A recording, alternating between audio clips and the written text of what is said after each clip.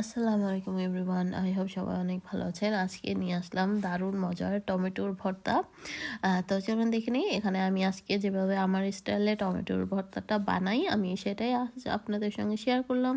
তো এখানে আমি ৪-৫টার মতো পাকা টমেটো এভাবে চারকোনা করে কেটে নিয়েছি এবং সাথে ৪-৫ কোয়ার মতো রসুন দিয়ে দিয়েছি।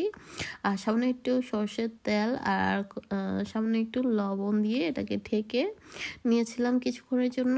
তারপর একটু পরপর এটাকে নেড়ে উল্টে পাল্টে দিতে হবে। আর যখন একটু ভাজা ভাজা হয়ে আসবে, মানে পোড়া পোড়া, তখন এটার উপর থেকে খোসাগুলো এভাবে ছাড়িয়ে নিতে হবে।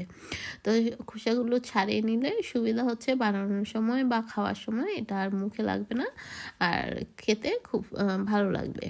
তো যাই হোক, আমি খোসাগুলোকে কীভাবে হাত আর লাগানো লাগেনি। যখন এরকম একটু পানি পানি হয়ে আসবে তখন এটা আসলে ছাড়ানো ইজি হয়ে যায়। তখন আমি স্প্যাচুলার সাহায্যে আমি এটাকে ছাড়িয়ে নিয়েছি।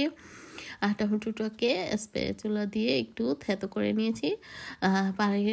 পানিটা, মানে টমেটোর ভিতরে যে একটা পানি থাকে, সেটাও হালকাভাবে ড্রাই করে নিয়েছি।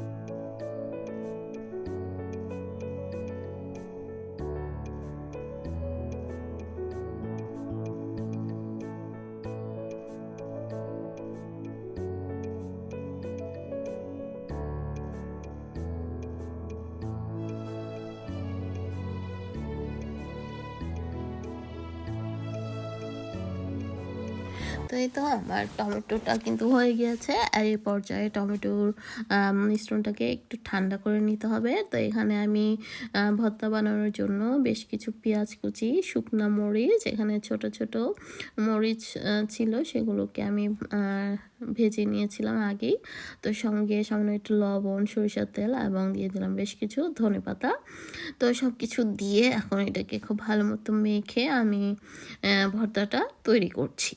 তো আই হোপ আপনারাও এভাবে বাসায় তৈরি করেন, বা না করলেও আমার মতো একবার হলেও করবেন।